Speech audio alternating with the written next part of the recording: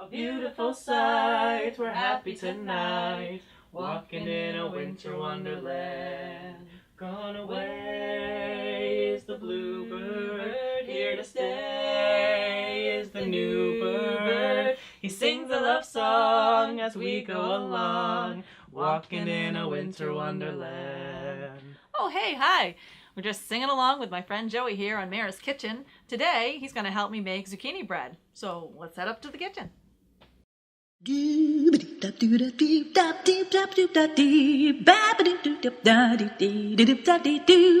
come to Mara's Kitchen, see what's going on. Come to Mara's Kitchen, waking up a storm.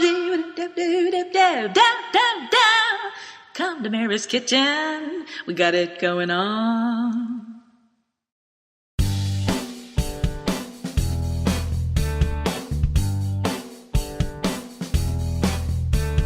So today we're doing zucchini bread a la Mara. And first off, we always start with sugar.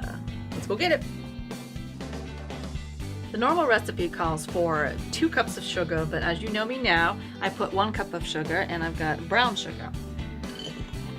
So put that in, mash it down a little bit to get it all flaky because it's 1 cup of pressed brown sugar or firmly packed. Then I'm going to add 2/3 cup of shortening. Now I use butter flavored shortening.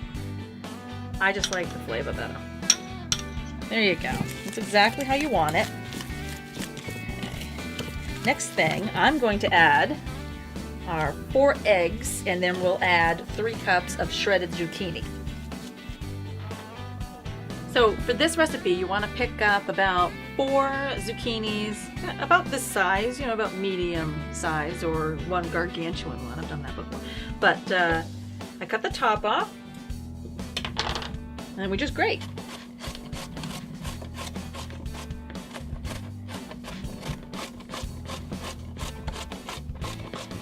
Man, this takes forever. Hey, I got an idea. Hey, Joey!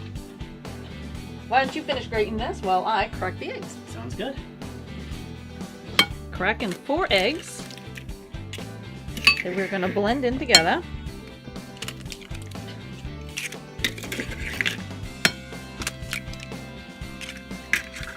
And this is part of what makes the zucchini bread very moist. It's one of my favorite breads. Slightly beat as you're stirring in.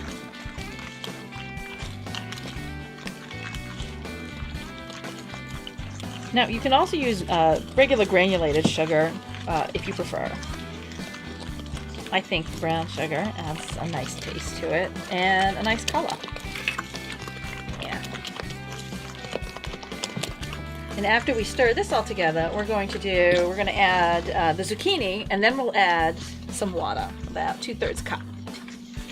Alright, so now with the help of my friend Joey, we have about 3 cups, maybe a little bit more, of shredded zucchini. And I'm going to add that right in there. Now I'm going to fold the zucchini into the egg, sugar, and shortening mixture. Let it cover the zucchini.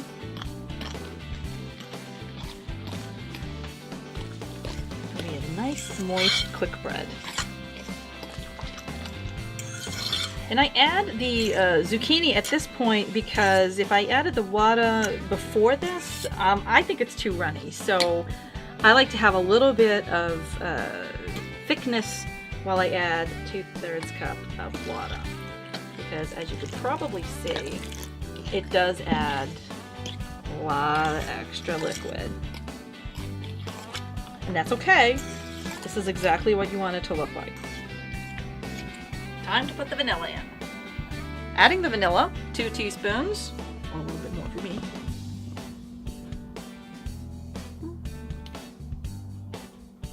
There we go. Nice. I can't tell you what homemade vanilla tastes like in a recipe, folks. I'll just say, delicious. Let's add the flour mix. So here in my trusty sifter, I have 3 1/3 cups flour, which the recipe calls for. We're going to add baking soda, 2 teaspoons. Sure it's level. Next, we're going to add the salt, which calls for 1½ teaspoons.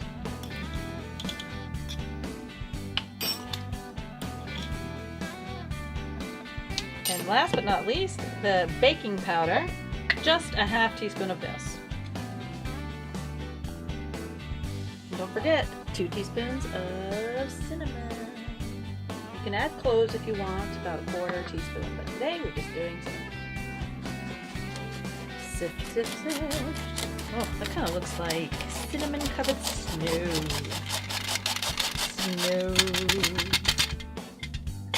Yeah, oh my goodness, that smells good. I wish you guys were here. And we just stir it all together. And when we're done, we just pour it in a slightly greased loaf pan. And today, as you all know me, or put it in my trusty stoneware loaf pan. You know, since my friend Joey's here, I'm going to have him put it in the loaf pan. Come on over, Joey. I'll do my best. There you go. Alright folks, we're going to put this in at 350 for about 45 minutes to an hour. We'll check it at the 45-minute mark. So for our drizzle, we're going to do a nice topping for our zucchini bread. I have a sliver of shortening in the pan. And of course it helps to put the fire on under the pan. Melt a little bit of shortening. You can use a titch of vegetable oil. Get that all melted. This will help melt the chocolate chips. Melting this chocolate is a little different than melting it for fudge because, as you know, with fudge we have the sweetened condensed milk. But with this, we're just using it as a topping, or as some people may say, a drizzle.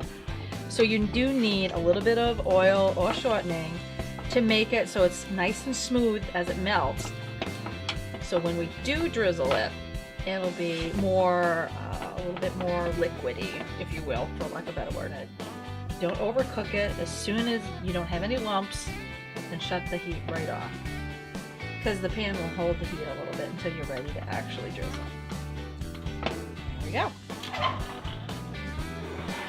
Oh, look at that. Luscious zucchini bread. Now to put the chocolate drizzle and almonds.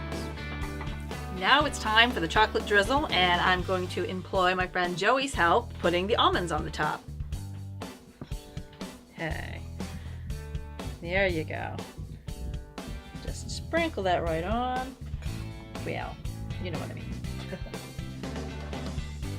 Yeah. Make it a little pattern if you want. Good thing about this is that you can do it any way you want. Now for the piece de resistance. Joey, almonds please. Coming right up.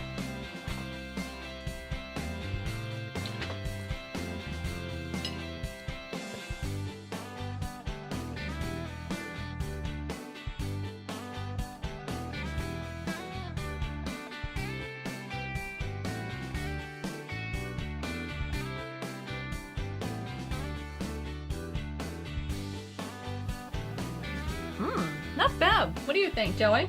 It's delicious. Oh, thanks. And by the way, thank you for joining me at Mira's Kitchen today. Thanks for having me. And singing. That is always a joy. And thank you, folks, for joining me on Mira's Kitchen. Don't forget to like us and, Twitter. Don't forget our Twitter.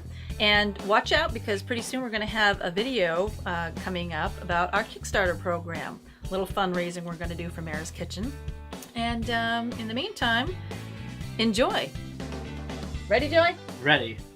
Oh, the weather outside is frightful, but the fire is so delightful.